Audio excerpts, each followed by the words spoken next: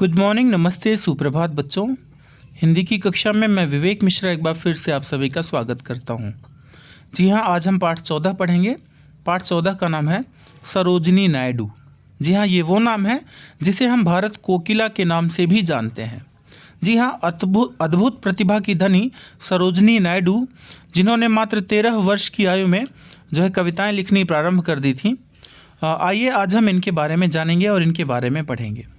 तो इस पाठ को शुरू करने से पहले दो बातें आपके साथ। जी हाँ, देखते हैं यहाँ पर क्या बताया गया है सरोजिनी नायडू जी के बारे में। प्यारे दोस्तों, हमारे देश की महिलाएं उनकी सादगी और बुद्धिमत्ता के लिए हमेशा से ही पहचानी गई हैं।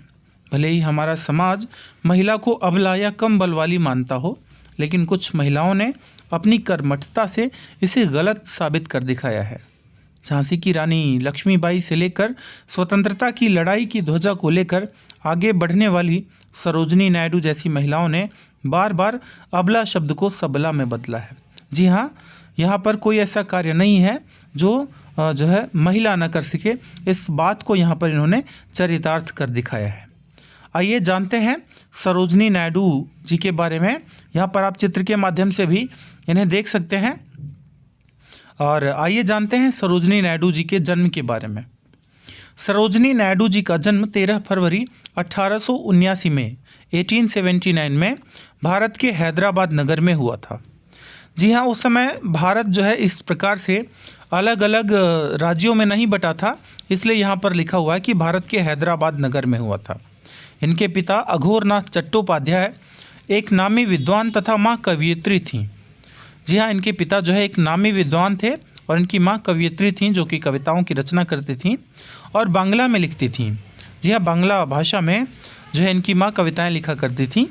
सरोजिनी 8 भाई बहनों में सबसे बड़ी थीं। जी हाँ, 8 भाई बहनों के बीच ये सबसे बड़ी थीं। उनके एक भाई वीरेंद्रनाथ क्रांतिकारी थे और एक भाई हरेंद्रनाथ कवि, कथाकार और कलाकार थे।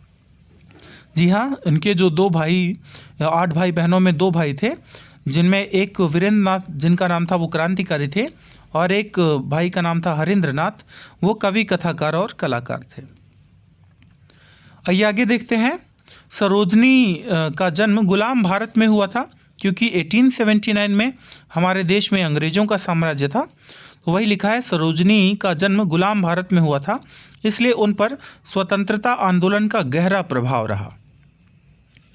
बचपन से ही कुशाग्र बुद्धि होने के कारण उन्होंने 12 वर्ष की अल्पायु में ही 12वीं की परीक्षा अच्छे अंकों से उत्तीर्ण की।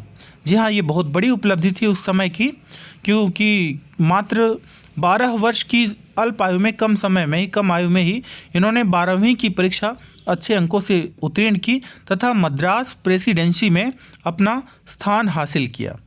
जी हाँ, देखिए, अपने आप में अद्भुत प्रतिभा थी। 12 वर्ष की आयु में 12वीं की परीक्षा उत्तीर्ण करना अपने आप में बहुत बड़ी बात होती है। वे एक होनहार छात्रा थीं और उर्दू, तेलुगु, इंग्लिश, बांग्ला और फ़ारसी भाषा में भी निपुण थीं। फारसी भाषा में निपुण भी थीं। वो कि उनका जो अधिकार था वो सिर्फ एक ही विषय पर नहीं था, बल्कि उर्दू, तेलुगु, इंग्लिश, बांग्ला और फ़ारसी भाषा सभी इनको बेहतर तरीके से आती थी। लेखन में उनकी रुचि बचपन से ही थी। 13 वर्ष की आयु में उन्होंने लेडी ऑफ द लेक नामक कविता की रचना की। उनके पिता चाहते थे कि वे एक गणितज्ञ या वैज्ञानिक बने। पर उनकी रुचि कविता में थी। सर्जरी में क्लोरोफॉर्म की प्रभावकारिता साबित करने के लिए हैदराबाद के निज़ाम द्वारा उन्हें विदेश में पढ़ने के लिए छात्रवृत्ति दी गई। जी हाँ, यहाँ गई होना चाहिए। तो सर्जरी में क्लोरोफॉर्म की प्रभावकारिता साबित करने के लिए हैदराबाद के निज़ाम द्वारा उन्हें विदेश में पढ़ने के लिए छात्रवृत्ति दी गई।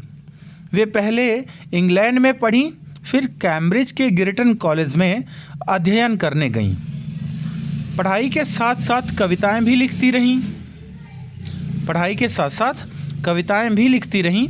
उन्होंने भारत के पर्वतों, नदियों, मंदिरों और सामाजिक परिवेशों को अपनी कविता में बड़ी खूबसूरती से समाहित किया। गोल्डन थ्रेशोल्ड, जी हाँ, ये नाम याद रखिएगा। गोल्डन थ्रेशोल्ड उनका पहला कविता संग्रह था। गोल्डन थ्रेशोल्ड उनका पहला कविता संग्रह था। उनके दूसरे तथा तीसरे कविता संग्रह बर्ड ऑफ टाइम तथा ब्रोकन विंग ने उन्हें एक सुप्रसिद्ध कवित्री बना दिया। जी हाँ, गोल्डन थ्रेशोल्ड के बाद दूसरी और तीसरी कविता संग्रह बर्ड ऑफ टाइम तथा ब्रोकन विंग ने उन्हें सुप्रसिद्ध कवित्री बना दिया। अपनी मधुर वाणी, सुंदर कविताओं और प्रभावशाली भाषण के कारण ही वे भारत कोकिला और भारत की बुलबुल कहलाती हैं। जी हाँ, भारत की बुलबुल और भारत की स्वर कोकिला, जी हाँ, भारत की कोकिला के नाम से यह जानी जाती हैं। 1898 में 1898 में सरोजनी नायडू डॉक्टर गोविंदराजुलु नायडू की जीवन संगिनी बनी। डॉक्टर गोविंदराजुलु गैर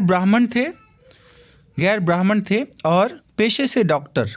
अपनी पढ़ाई पूरी करने के बाद सरोजनी ने 19 साल की उम्र में विवाह कर लिया। उन्होंने अंतर्जातीय विवाह किया था जो उस दौर में मान्य नहीं था। इस तरह यह एक तरह से क्रांतिकारी कदम था, मगर उनके पिता ने उनका पूरा सहयोग किया। उनका वैवाहिक जीवन सुखमय रहा।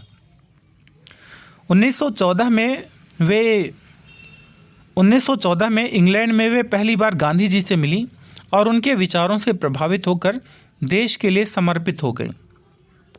स्वतंत्रता की लड़ाई में एक कुशल सेनापति की भांति उन्होंने अपनी प्रतिभा का परिचय हर क्षेत्र में दिया, चाहे वह सत्याग्रह था या संगठन की जिम्मेदारी।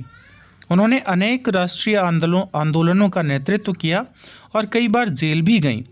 वे संकटों से न घबराते हुए एक धीर वीरांगना की भांति गांव-गांव घूमकर देश प्रेम की अलख जगाती रहीं और देशवासियों को उनके कर्तव्य याद दिलाती रहीं। उनके देश प्रेम से ओतप्रोत भाषण आज़ादी की लड़ाई में नई जान फूंक जाते थे। आज़ादी के मतवाले कर्तव्य पथ पर शहीद होने निकल पड़ते थे। वे बहुभाषाविद थीं, कई भाषाओं की जानकार थीं और क्षेत्रानुसार अपना भाषण अंग्रेजी, हिंदी, बांग्ला या गुजराती में देती थीं। इसलिए उनकी बातें लोगों के मन तक पहुँचती थीं। लंदन की एक सभा में अंग्रेजी में बोलकर इन्होंने वहां उपस्थित सभी श्रोताओं को मंत्रमुग्ध कर दिया था। भारत में महिला सशक्तिकरण और महिला अधिकार के लिए भी उन्होंने आवाज़ उठाई। उन्होंने राज्य स्तर से लेकर कई छोटे शहरों तक हर जगह महिलाओं को जागरूक किया। वर्ष 1925 में वे भारतीय राष्ट्रीय कांग्रेस की अध्यक्ष चुनी गईं। वे राष्ट्रीय कांग्रेस की पहली महिला अध्यक्ष थीं। सविनय अवज्ञा आंदोलन में वे गांधी जी के साथ जेल भी गईं। 1932 में भारत की प्रतिनिधि बनकर दक्षिण अफ्रीका भी गईं। वर्ष 1942 के भारत छोड़ो आंदोलन में भी उन्हें 21 महीने के लिए जेल जाना पड़ा। 1 महीने कम 2 वर्ष के लिए नहीं, 3 महीने कम 2 वर्ष के लिए जेल जाना पड़ा। गांधी जी से उनके मधुर संबंध थे। प्रेम से वे उन्हें मिकी माउस कहकर पुकारती थीं। जी हाँ, गांधी जी से उनके मधुर संबंध थे। प्रेम से वे उन्हें मिकी माउस कहकर पुकारती थीं। गांधी जी को वो मिकी माउस कहती थीं। भारत की स्वतंत्रता प्राप्ति के बाद वे उत्तर प्रदेश की पहली राज्यपाल बनी। जी हाँ, भारत की स्वतंत्रता प्राप्ति के बाद वे उत्तर प्रदेश की पहली महिला राज्यपाल बनी और पहली महिला राज्यपाल भी बनी। श्रीमती एनी बेसेंट की प्रिय मित्र और गांधी जी की इस शिष्या ने अपना सारा जीवन देश के लिए अर्पण कर दिया। 2 मार्च 1949 दिल का दौरा पड़ने के कारण लखनऊ में उनका देहांत हुआ। 13 फरवरी 1964 को भारत सरकार ने उन्हें सम्मान देते हुए 15 पैसे का एक डाक टिकट भी जारी किया। जी हाँ, वह डाक टिकट आप इधर देख सकते हैं।